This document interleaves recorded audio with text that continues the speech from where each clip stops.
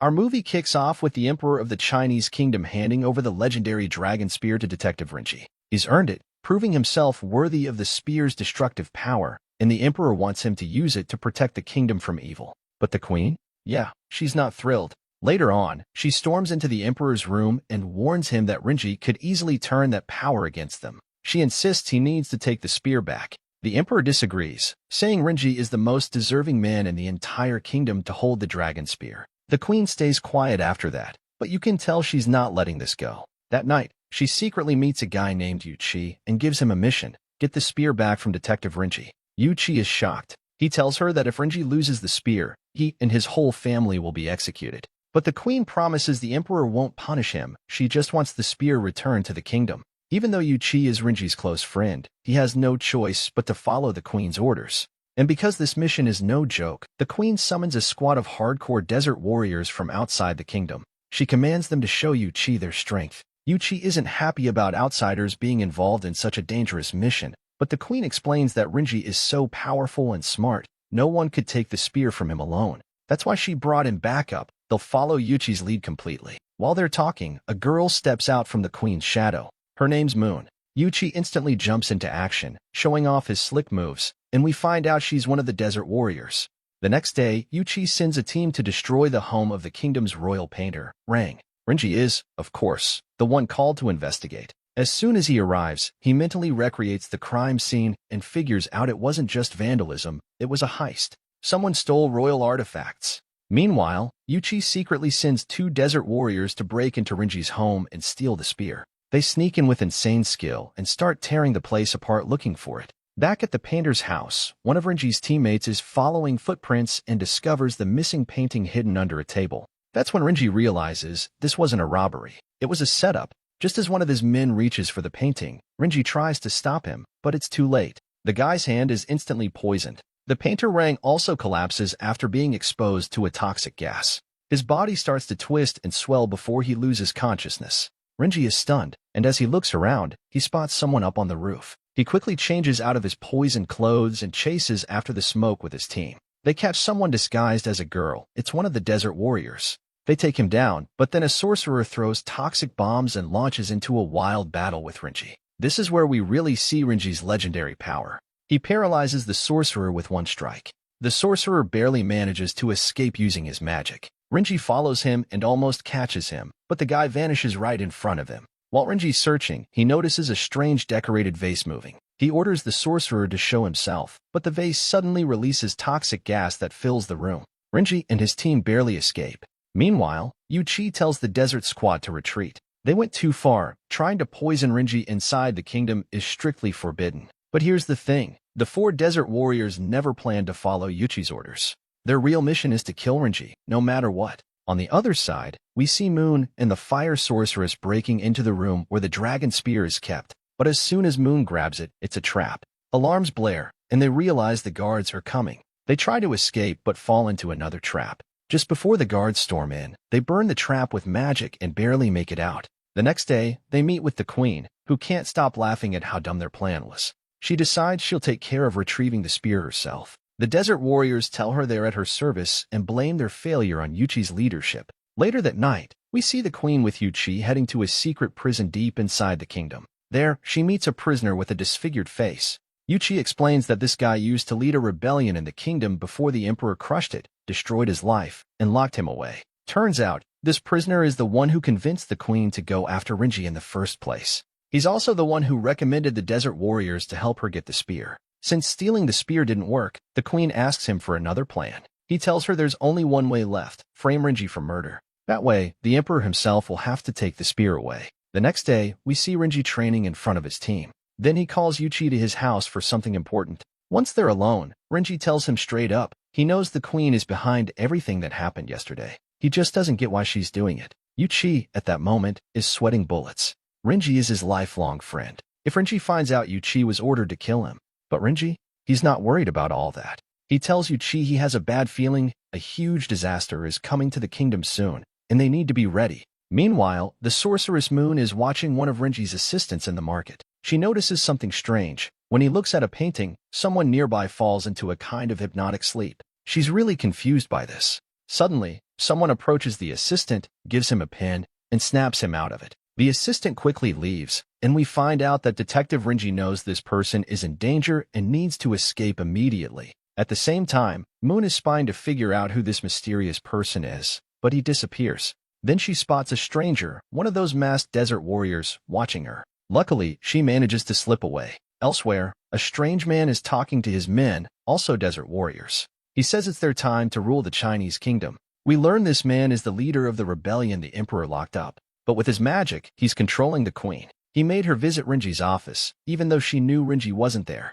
Renji's assistants tell the queen that he left the kingdom on a family trip and has already returned. The queen takes advantage of this and shows them a fake dragon spear, claiming Renji lost the real one. So she decides to remove him from his position. One of Renji's assistants overhears all this but also notices Moon watching him. He doesn't know she's a powerful sorceress, but he decides to run. He tricks her and rushes to Renji's secret hideout to report everything. But Renji isn't worried. He expected all this to happen. He shows his assistant a picture with the same symbol the assistant saw in the market when that person was hypnotized. They figure out the symbol belongs to the most dangerous fighters from India. These fighters use magic to put people into a trance and control their minds. The previous emperor knew who was behind all this, but let it slide to keep his rule safe. The current emperor, however, saw these fighters as a threat, wiped them out, and locked their leader in prison. Turns out, that leader is the same man controlling the queen and giving her orders. His plan to steal the dragon spear? It was all to take over the kingdom and become the emperor himself. Surprisingly, Renji already knew about these fighters and their revenge plan after their leader got locked up. He asks his assistant if he's noticed anything strange lately. The assistant tells him about the girl spying on him. Renji tells him to get close to her. She's the only one who can reveal the truth about the desert fighters. As the assistant leaves, he runs into that girl in the bathroom. He's caught off guard and laughs it off when he sees some of his fellow assistants nearby. We realize he's actually attracted to her, but is scared of her dark magic ruining him. Meanwhile, Yuchi is thinking hard about Renji's words and manages to crack the mystery. Without wasting time, he rushes to the Four Dragons Temple and finds the dragon spear hidden inside a statue. He's shocked the spear is hidden in such a place. Suddenly, a sorcerer attacks him, trying to kill him and steal the spear. They have a fierce battle, using all their combat skills, and end up destroying the whole temple. Yuchi uses the spear's power to defend himself. To his surprise, one strike destroys the sorcerer's weapons and defeats him. Shocked by the spear's terrifying power, Yuchi decides to take it straight to the queen. But when he reaches the palace, he's scared the queen won't keep her promise and will kill Renji once she gets the spear back. To make things worse, Yuchi finds out one of the desert warriors has taken Renji's place as detective. The queen appears and tells Yuchi that the sorcerer Taiyan will be crowned the kingdom's advisor today. Yuchi is shocked and tells her that position is very important and can't be held by a stranger from the desert. The queen just shrugs it off, telling him to keep Taiyan in line and follow her orders, letting the new advisor do his job. She then takes him to the emperor to show off Taiyan's skills. Taiyan summons 2 extra arms from his body and creates a massive storm inside the palace. The fire sorceress summons a lightning cloud inside the storm to impress the emperor with their power. But suddenly, things get out of control. The cloud grows bigger, and Taiyan looks confused. He's not controlling what's happening. Then the palace's dragon statue starts moving. It transforms into a real dragon, terrifying everyone inside. The fire sorceress tells Taiyan they need to escape immediately, but she doesn't make it. The dragon blasts her with fire and burns her. Yuchi rushes out with his sword to protect the emperor. The emperor laughs, thinking it's all a trick to show off their skills. But when he sees the dragon eating another desert warrior, he realizes it's real, and they really died. As they're all stunned, the dragon suddenly flies up and smashes the palace roof. At that moment, Yuchi realizes Taiyan has also disappeared. He rushes past the guards to find the emperor and then speeds off chasing the dragon. Suddenly, one of the guards kills his own teammate, and when Yuchi stops him, he's shocked to see it's a clone of himself. The clone escapes, leaving Yuchi frozen in disbelief. Right then, kingdom guards arrive and arrest Yuchi for killing the guard. When the emperor hears about this, he orders his assistant to warn the entire kingdom and get the message to Renji fast. Renji is shocked when he hears the news. He tells his assistant to visit Master Yuan at the old temple, the only one who can help them. He gives him a note with a symbol to give to the guard, asking him to request Master Yuan's help to fight the evil desert warriors. To get the assistant out of the kingdom without the desert warriors noticing, Renji and his team come up with a clever plan. A group of soldiers lure the wind sorcerers away by pretending to go after Renji, while the assistant sneaks out on a fast horse. The plan works. Meanwhile, Moon is chasing the wind sorcerers, who were pursuing Renji's assistants. Suddenly, dense smoke fills the kingdom, and the wind sorcerers appear in their true forms, attacking Moon. At first, Moon tries to escape, but the sorcerers use their powers to gather into a single demon form and continue hunting her. Moon throws a black cloth to blind the demon and lunges at it with a knife, only to be shocked when the demon turns out to be the queen. The queen suddenly stabs Moon in the stomach. Moon tries to fight back, but the queen is too strong and almost kills her. Moon uses magic to escape and whistles for her horse to distract the queen. Her horse appears, and Moon manages to flee, but she faints from her serious injury. Luckily, Renji's assistant finds her before leaving the kingdom and rushes her to safety. Meanwhile, the wind sorcerers start casting spells on the kingdom's people, wiping their memories after what they witnessed. Elsewhere, Renji's assistants investigate the palace incident. They realize the dragon's head that turned alive and spread fire might have been a trick. Surprisingly, when they search the king's throne, they actually find the dragon's head hidden inside. They ask the guard to arrange a meeting with Yuchi in prison, but he refuses.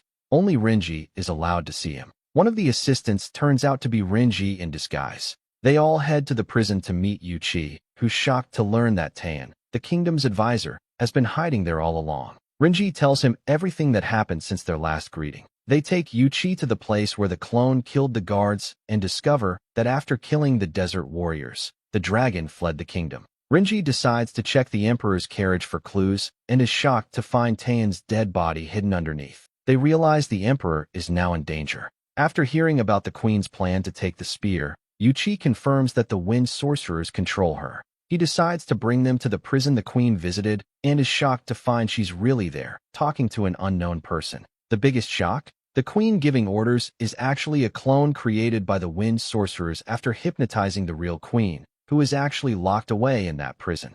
Renji learns that the wind sorcerers' leader escaped prison by using the queen's authority. Meanwhile, Renji's assistant reaches the temple but only finds some stone artifacts. Confused, he suddenly encounters a giant white gorilla. Before he can scream, the gorilla puts a finger on his mouth and sends him into another world. There, the assistant finds himself face to face with a talking fish that enters his mind to allow him to speak with Master Yuan. After a while, the fish tells him he's not ready to meet the master yet. He needs to learn magic better first. Suddenly, the assistant snaps out of the trance and finds himself thrown onto the back of the gorilla, which tosses him in front of the temple. The gorilla leaves him a message and walks away. Meanwhile, Renji brings the queen to the palace after rescuing her and decides to hide both her and the emperor to keep them safe. Just then, the assistant arrives and gives Renji the message the white gorilla left. When Renji reads it, he realizes Master Yuan wrote a spell warning him to be very careful because the wind sorcerers.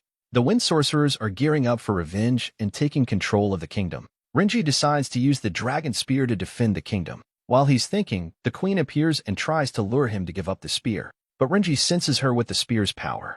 It turns out she's the fire sorceress, who knows their reign is ending soon. She uses her magic to escape the palace, and smoke fills the place.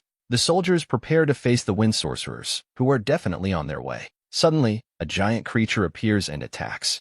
The soldiers fight with all their might, but nothing seems to affect it. Then Renji comes out. As soon as he sees the creature, he reads the spell Master Yuan gave him. Surprisingly, trees start growing from the ground, breaking the creature's magic and making it vanish. But then the wind sorcerers appear from everywhere, attacking the soldiers and killing many of them. Renji fights them off and orders his assistant to sound the alarm to warn all the kingdom's tribes that danger is near. Right then, the wind sorcerer's leader shows up and uses magic to control the soldiers' minds. He tricks them into thinking the incoming reinforcements are evil creatures, so they attack each other. Many soldiers die because of the leader's spell. Seeing this, Renji quickly grabs the dragon spear and uses its power to bring the soldiers back to their senses.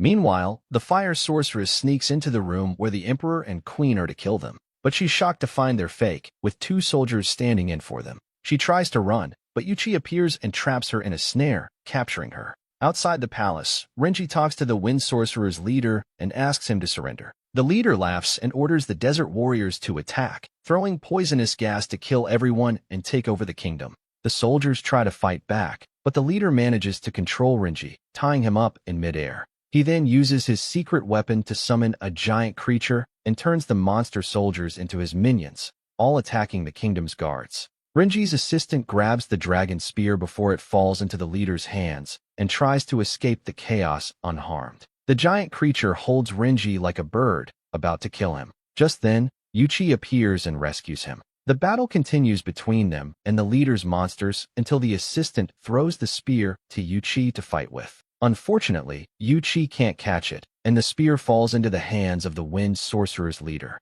With it, he can control the entire Chinese kingdom. The monsters attack the assistant to kill him, but Moon appears, kills them, and saves him. Before the leader can destroy the rest of the kingdom's soldiers, the white gorilla suddenly appears and snatches the spear from him. We learn then that Master Yuan sent his son to help Detective Renji and save the kingdom from evil. But the leader uses his secret weapon again, sending the giant creature and his monsters to attack the gorilla. A fierce battle breaks out. The white gorilla is incredibly powerful and defeats all the monsters. But the giant creature releases tiny poisonous creatures from its mouth to try to kill the gorilla. Master Yuan's son uses his secret power to control the poison and directs it back at the giant creature. The creature gets angry, throwing terrifying eyes that trap him from all sides. They both attack the giant creature with their hands to kill it. Suddenly, the gorilla appears above the giant creature and screams so loudly the giant's head explodes from the force. After that, the leader of the Wind Sorcerers is left alive and talks to Master Yuan's son. He tells him everything he's doing is pointless. But the leader suddenly attacks, not knowing how powerful Master Yuan's son is. He throws him out of the palace. The leader gets up and uses his magic weapon to lock Master Yuan's face in an iron cage. Everyone is shocked. The leader laughs and says he got the weapon from hell itself to defeat him. Suddenly, the leader's face is also covered in iron, and he falls to the ground. Master Yuan's son reads a spell that locks the iron cage on the leader's face. After a few moments, the iron disappears. He then uses the spear's power to destroy the iron. The Wind Sorcerer's leader kneels before Master Yuan's son, along with all the kingdom's soldiers, after he defeated the evil desert warriors. Master Yuan's son then returns the dragon spear to Detective Renji, bowing before him. The emperor, hearing the kingdom's bells ring, knows the evil power has been defeated and takes his queen back to the palace.